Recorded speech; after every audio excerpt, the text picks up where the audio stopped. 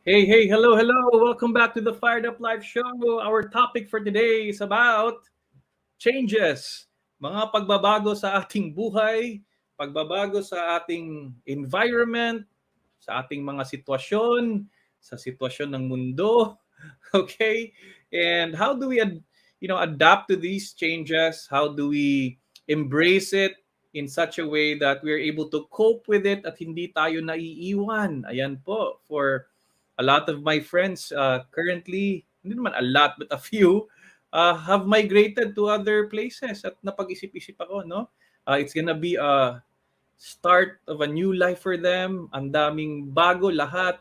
Bagong bansa, bagong lugar, bagong mga kapitbahay, bagong school. Wow, that's a lot of things to adjust to. Ayan. Then maybe you can recall the things na or the experiences that you had to adjust. No, maybe you were going to a new workplace, no, bago ka lang sa isang pinagtatrabahuan mo and hindi mo kilala yung mga tao or siguro naglipat ka ng city of residence. Yan, bago na naman ng mga neighbors, no? And many times change makes us feel demotivated because grabe, parang ang dati may na-build na ako tapos ito sisimula ulit, no? So changes, how do we deal with changes in our lives or perhaps in your work? Baka may bago kang boss, bago kang leader, bago kang posisyon, bago kang assignment. Ayan, kailangan matuto ulit. So, are you the type of person who struggles with changes or are you the type of person that can adapt to these different changes in our lives? Hello, hello. So, pag if you're going through some change in your life right now or if you know somebody who's going through some changes, ayan, baka makatulong tong show natin sa atin today, right? Ayan, so hello, Lasty Ed. Ayan, a blessed day to you also. Thanks for being here. And hi, hello, Ara Barnido. Thanks for being here. Thank you so much. All right, all right. So, great. So let's talk about embracing change in this fired up Thursday today. Ayan, salamat sa mga nanonood. And please share this to your profile also and tag your friends. All right. So yan po, no? The Fired Up Life is here to get you motivated and focused in pursuing your dreams and living out your faith. No? May mga pangarap po tayo sa buhay. At syempre, hindi lang naman tungkol sa ating mga pangarap ang ginagawa natin. Dapat meron tayong pananampalataya. All right? As we strive for our dreams, as we build our families, we don't forget our faith because that gives us the meaning and purpose for living, di ba? Hello, Doc Ding, Tito Ding, salamat for being here. Ay, nakakatuwa naman. Ang aking mga idol nandito. All right, thank you here for being here, Tito Ding. Ayan. So yes, the Fired Up Life is to help you get motivated and focused kasi minsan distracted tayo. And then our topic today is about change, di ba? It's about adapting to certain areas in our lives that are new. Ngayon po, kung isipin po natin, nagbalik naman tayo ng unti-unti sa old normal, no? Dati parang new normal. Today I just had my first face-to-face meeting with a group of people, hybrid. Merong nasa opisina, merong nasa mga bahay, sa Zoom pa rin. Pero parang it was like in a very long time, may kausap ako sa harap ko na isang meeting, no, na official meeting. Parang weird na naman yung feeling kaya naisipan ko, ayan, baka maganda pag-usapan yung change. Hello, hello. Renato Garcia, good morning to you. Taga saan ka ba? Kasi good morning pa lang dyan. Ayan, let me know where you're from, Renato. Okay, cool. So we're here to get motivated for work and life because work is part of our day-to-day living. Hindi pwedeng wala din ang ating pananampalataya dyan. Dapat motivated tayo, fired up tayo for our work. If you're struggling with your work right now, ayan po, you've come to the right show. And so, of course, Fired Up Live Show appears every Tuesdays and Thursdays at 3 o'clock p.m. Ayan po. So let's talk now about our topic, embracing change, how to be adaptable, innovative, and strategic when new things arise. So, mga bagong nangyayari sa buhay natin. Ayan, let's talk about change. What does change bring to our lives? Sometimes, of course, nakaka-refresh naman din yung change. No? Change of scenery, change of people that you work with. And there's also, of course, a positive side of change.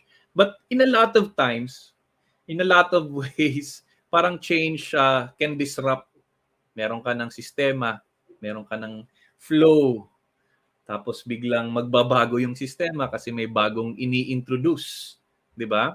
So it is a disruptor. No? Change can be a disruptor. Siguro 10 taon mo nang ginagawa 'yan tapos biglang hindi na pala siya pwedeng gawin.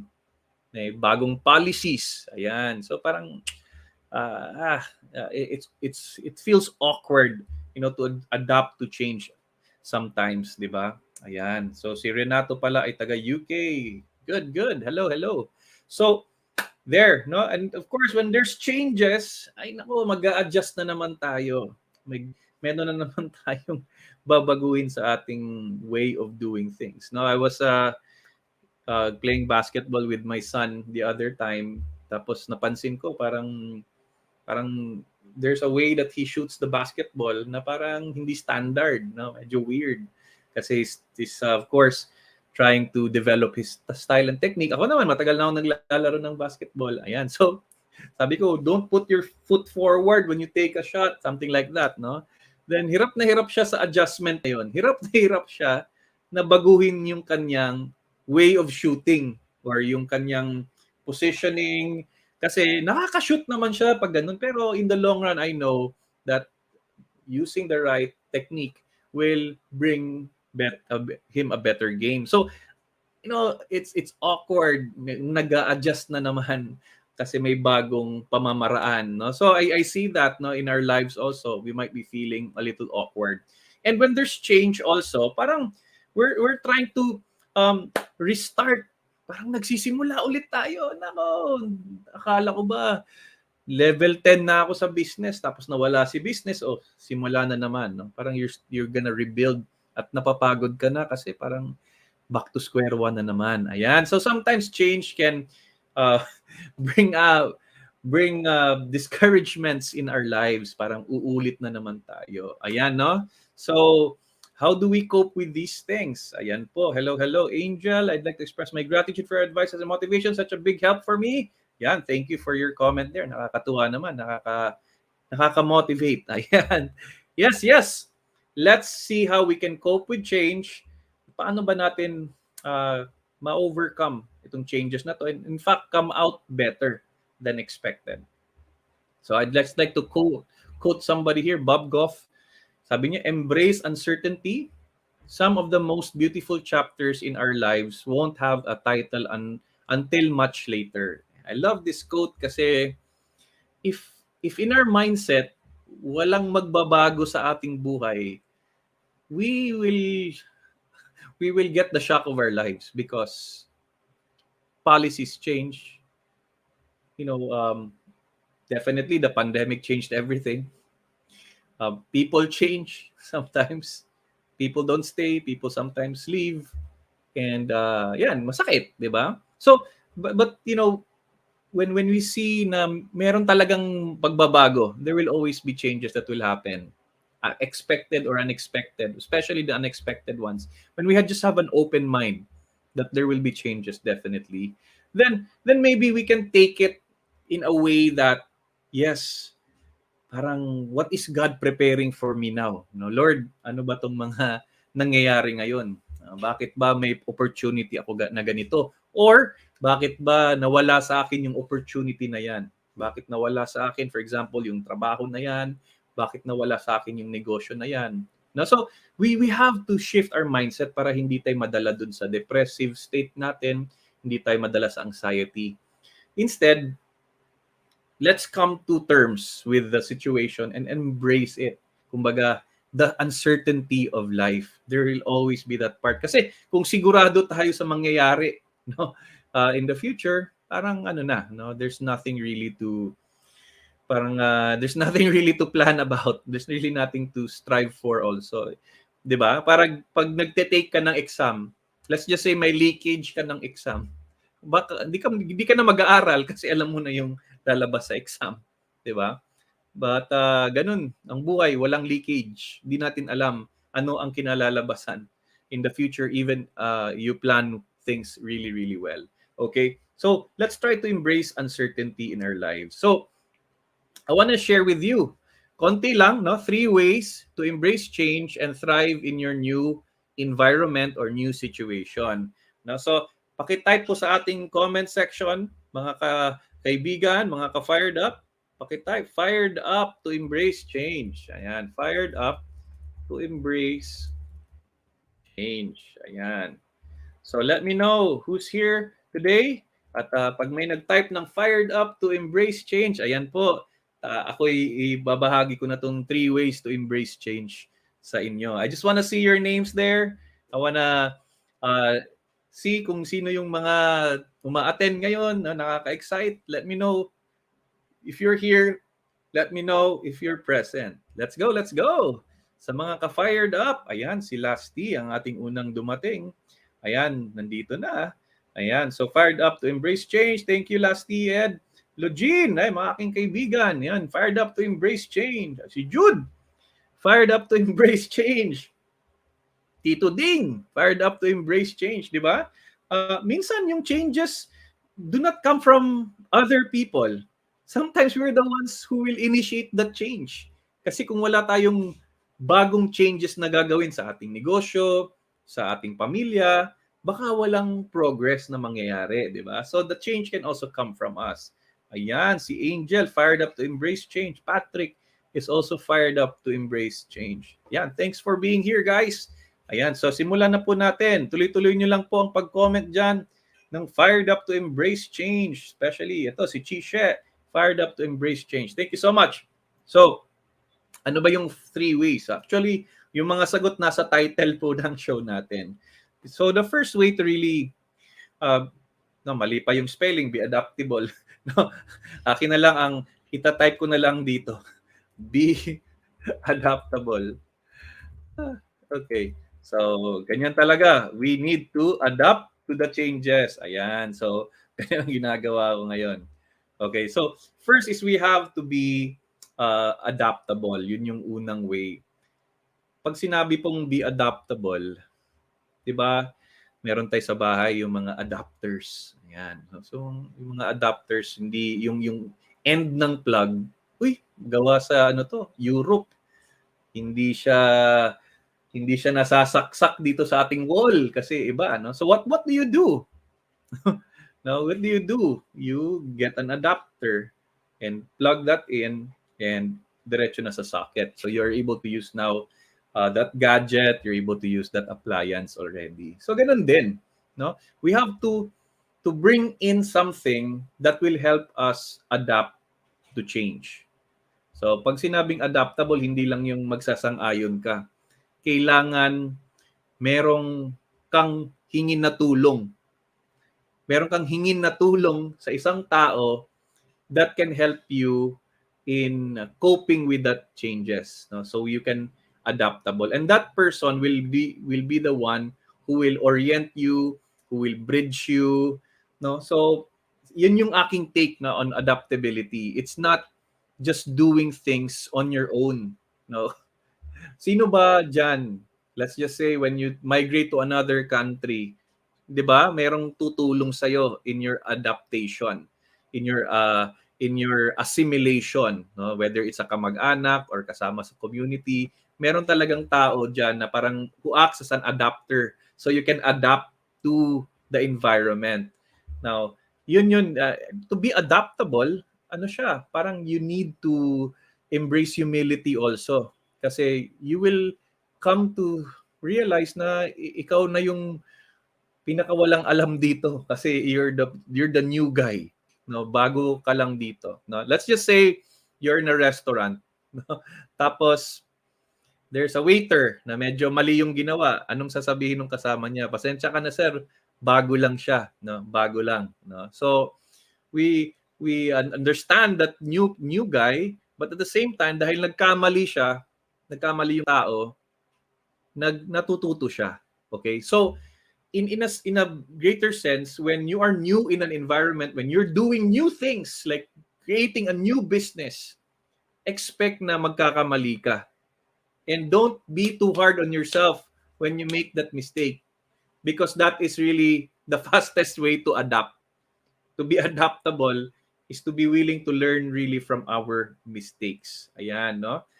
You adapt to the environment, you make sometimes cultural mistakes na hindi mo alam na customary sa isang lugar, or ito yung nakagawian nila, tapos natuto ka na lang, no? So um, in the sense of community, no, when I was assigned to a new small group, or in CFC we call it household, ako yung bago, no, ako yung bago sa grupo. So I had to adapt to the norms that they were practicing. I had to adapt to the already set relationships. At nagpatulong ako dun sa tao na pinalitan ko. So may adapter ako. No? And I was able to assimilate better because of the guidance of that other person na whom I take over yung post. So, ganyan po, it takes humility to be adaptable. It takes someone to help you adjust to it. And of course, it's also about embracing the mistakes that you have and correcting it so that you can easily adapt. No? So huwag tayong matakot magkamali. Just do your best, show up, try to give what is excellent in your mind first. Then, ay, kulang pala. So gawin natin. No? Let's just adapt in that certain sense. No? So ganun po. So that's how I see being adaptable, so we can embrace the change. So sabi dito sa isang quote, let me read. Mahina na ang mata ko, no? From Brian Regan. Ayan. Be adaptable, flexible, and never stop learning. The rate of change will never stop, and neither should you. Okay. So that's quite clear. Sinasabi niya dito, hindi na the rate of change. Alam niyo po ba that the rate of change that is happening in our world today compared to centuries ago, kung ang rate of change ay 100 years, ngayon ang rate of change sa 100 years dati, ngayon 5 years na lang. Okay? 'Di ba? Ngayon may tinatawag ng metaverse. Ayan. Tapos people are buying land, virtual land. Na sa ating mind, hindi natin maisip, di ba? Dati nung dumating yung cryptocurrency, we didn't trust, di ba? Yung dumating yung Bitcoin. Ayan. So ngayon parang normalized na that Bitcoin is legit. Natatakot pa rin yung iba, pero yung mga early adapters are now able to reap a lot because of the risk that they took of their adaptability. So they see that there's a change coming. They became early adapters. Then now they're really reaping good, no? So ayan. So the rate of change is fast. We now have non-fungible tokens. Now, can you imagine a piece of graphic?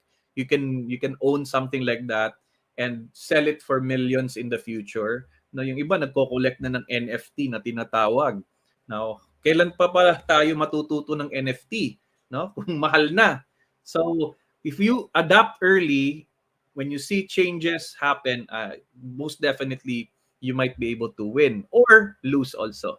So, but that's part of adaptability, to be willing to take the risk. Ayan po. So, the rate of change will never stop. Technology and all these things, we haven't seen anything yet. No, kung anong nakikita natin online, this is just the baby stage of whatever it is to come. No, right now it's unthinkable to go to the moon or to Mars, pero if you talk to Elon Musk, 'di ba? Parang nang dali-dali na lang for him, na imagine lang natin sa kanya, ini-execute na niya yung mga bagay na yon. What does that mean for us? Okay? For me, in my business, I shifted to online memberships because I see that trend. And now I have Fired Up University, no? So firedupu.com. Yun yung aking adaptability. That's how I put it there. Ayan. So, yes. Hello, Aldous. Thanks for being here. Sabi ni Doc Ding, chance to have a new godly encounter. Ayan. So, that's a very good perspective, because when you're adapting to a new set of people, now there's like a new set of godly encounters because all of us have giftedness. Ayan. So, thanks for this, Doc Ding. And sabi ni Angel, be open-minded. And yes, indeed, no? Kailangan bukas ang ating isipan para maging adaptable tayo. No, hindi tayo yung stubborn. Okay? The opposite of this adaptability is stubbornness. I admit that I can be really stubborn at times. Pag ano yung gusto ko, pinapanindigan ko.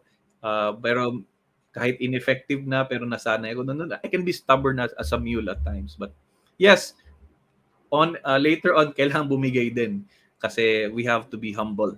Okay? So, yes, let's be adaptable. The second way to embrace change is to be innovative. Ayan. So, yung innovativeness, creativity, there's a bit of difference. When you say innovativeness, nandyan na yung bagay, pero you're trying to make something new out of the existing thing. No? So, pag creativity, or, di ba, parang it's origination, no? Parang originating something. Ikaw talaga nag-invento niyan, no? But a lot of the things that are there right now, it's already existing. Like when Facebook happened, nandun na yung Friendster, di ba? And they just innovated the MySpace and the ideas there. No, when Snapshot came, tapos ngayon meron ng innovations in Reels and TikTok, yun mga ganyan, no? So a lot of what you see online right now have already existed earlier on. Nag-innovate na lang, and those who are actually to innovate and execute better are able to win in the game. So, ganyan. What are the things that you have right now that don't seem to work, but if you repackage it into something new, ayan, magkakaroon ng bagong dating, magkakaroon ng freshness, di ba? So, what are some of the really good innovations, di ba? When the iPhone came out, grabe ang ginawa ni Steve Jobs, right? He took out the QWERTY keys. No? So, nandun na yung cellphone, nauna na si Nokia, they were ahead in the game, but it was the innovators who won eventually.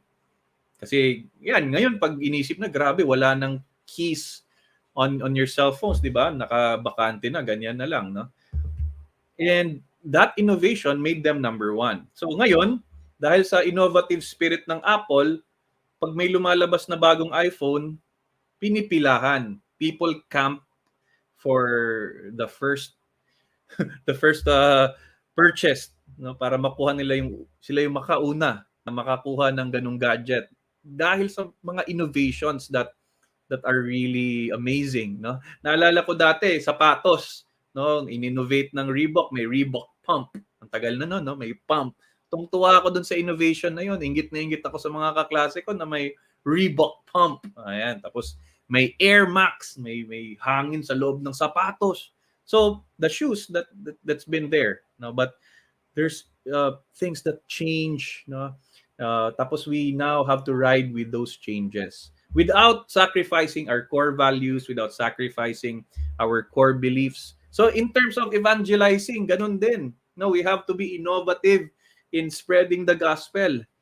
Okay? Ano bang pwede nating gawing bago na baka maaring mag-work pero nandun pa rin yung core message of things. Ayan. So marami tayong pwedeng i-explore. Kunwari ito, no, what I'm doing is I'm actually sharing gospel values here, pero I innovated it in a way. I put a brand, Fired Up Life, and I put a tagline, I put on a show, I put on my messages. So I am basically trying to preach God's word in the context of motivation. So ganun, no? Innovation. So that there will be a fresh take. No, in the church documents, no, new ardor, new methods, new expressions. Yun yung new evangelization. So when we are facing changes, di ba? Because others are innovating. Ang galing ng innovation nila. Kung competition mo yung nag-i-innovate, ayan. So we have to embrace change by thinking, how can we out-innovate the other person? Kung sa business sense, ha? So how do we become leaders of innovation? How do we become not only change adapters, that's number one, but actually change makers. how do we change the game? Ganun ang innovation. Instead na ikaw yung humahabol sa changes, baka you have the capacity, the charism, the intelligence to become the change maker or the game changer. Ayan. So that's number 2. It's yan, dictate the change, be ahead, no? And of course it takes a lot of risk to be the first ones to do it. It doesn't mean that it's not done before that it will not work. So don't be afraid to test out new waters or to test out new technologies that baka pwede naman siyang mangyari. Kung hindi siya mag-work, then try a new one, no? Or gawin ulit another, no? Kasi kung takot tayo mag-innovate, hindi tayo makarating sa new realization that comes out of any failure that a failure of execution that we did, di ba? Ayan, no?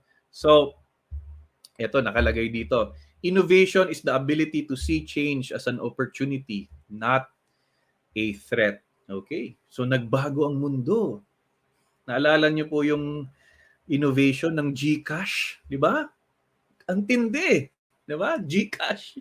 Nung nagpandemya, okay, walang contact, walang papel. Okay, puro GCash. No? And then GCash really changed the way we handle our lives, no? When we send money, ang bilis lang. Bayaran, GCash, QR code. You know, even this show is powered by GCash for those who want to support the Fired Up Live show. Diba?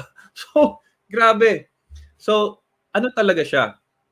Opportunity talaga ang changes. So, what are the changes that are happening now? Balik tayo unti-unti, no? Level 1, face-to-face na. Ano naman ang nakikita niyong opportunity dyan?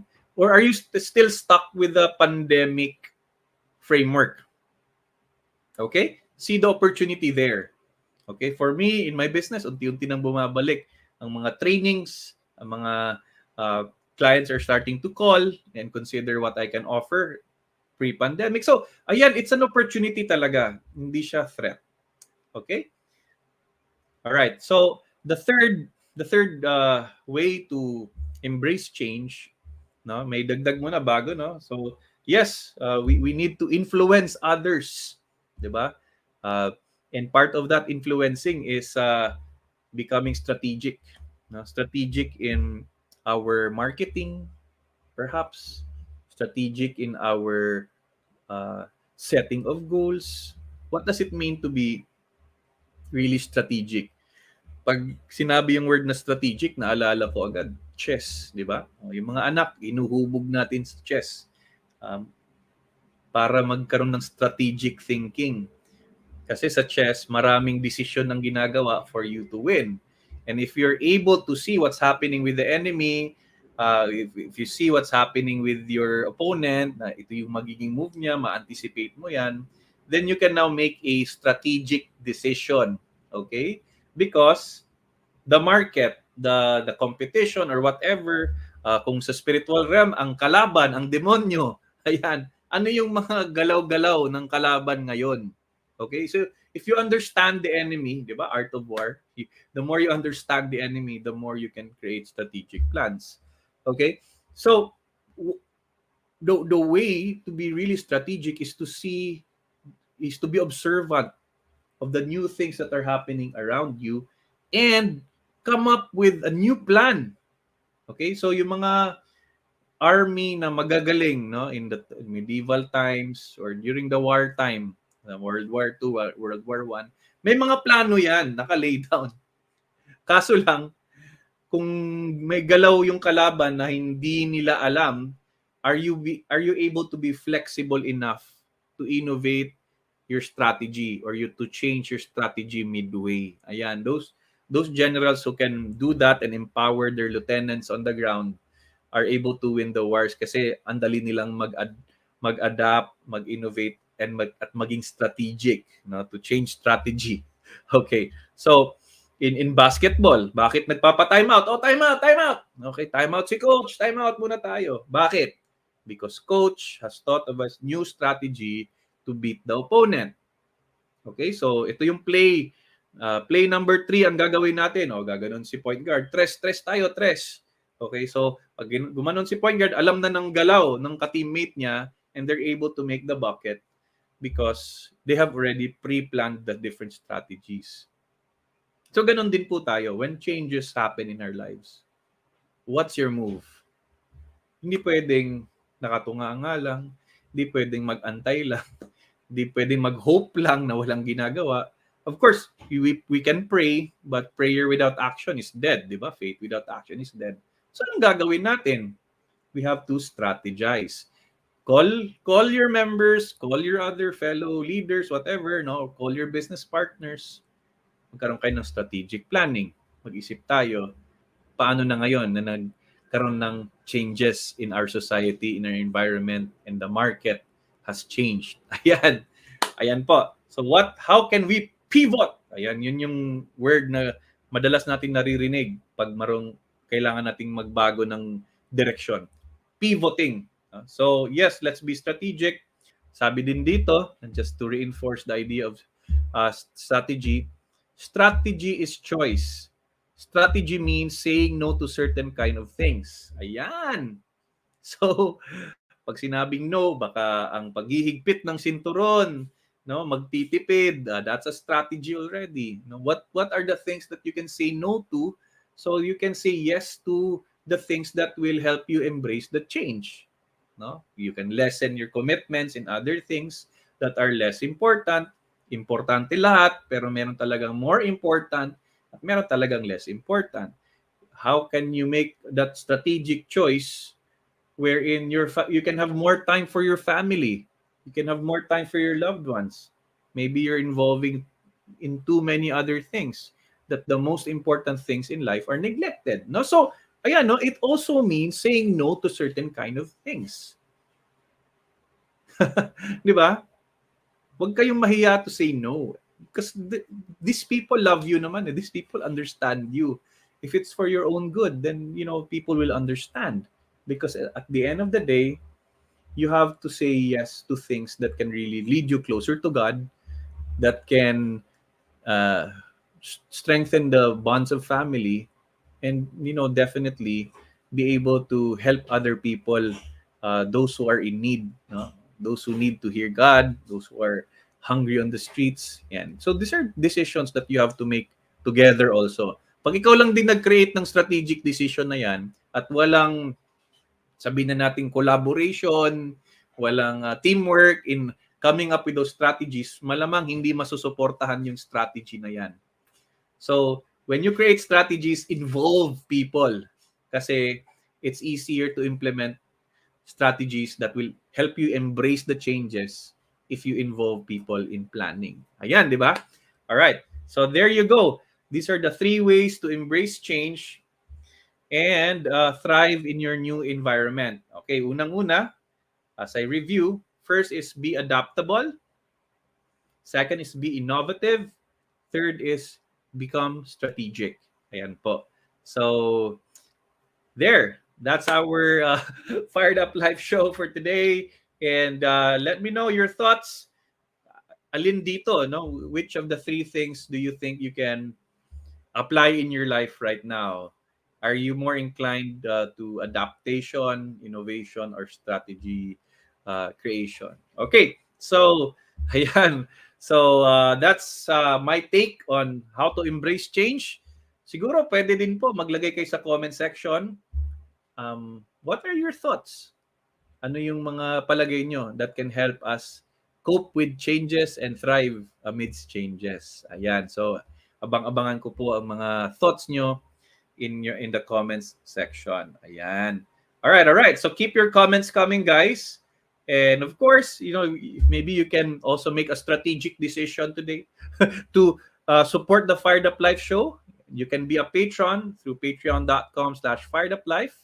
And you can also send stars. I pinned a comment there. You can send stars through that Facebook application there, or the Facebook button there. All right. Or you can be a supporter through Facebook by looking into that green button somewhere. Ayan to. And of course, you can also send support through GCash to that number I am showing on the screen right now. All right. So again, go to that link. It's there in the descriptions. And hey, salamat sa mga patrons and Facebook supporters that have been supporting this show through the years, no? Or 2 years na, no? More than 1 year. Ayan. Salamat po for consistently contributing so we can sustain our online platform. I truly appreciate it. Ayan. Salamat, patrons and supporters. Ayan. B1. And of course, kung wala ka pang kopya ng aking 365 Fired Up Days, just go to fireduplifestore.com. Again, that's fireduplifestore.com. All right. That's it for our show today. Nakakatuwa naman. Salamat po sa pagdalo. And please share this, no? Even on replays, marami pa ring mabibless sa ating mga mensahe and sa mga comments po ninyo. Okay? So that's it. I pray that you're able to embrace change and thrive amidst all these changes that are happening in our lives. God bless you all. Keep being fired up and see you next Tuesday. Bye.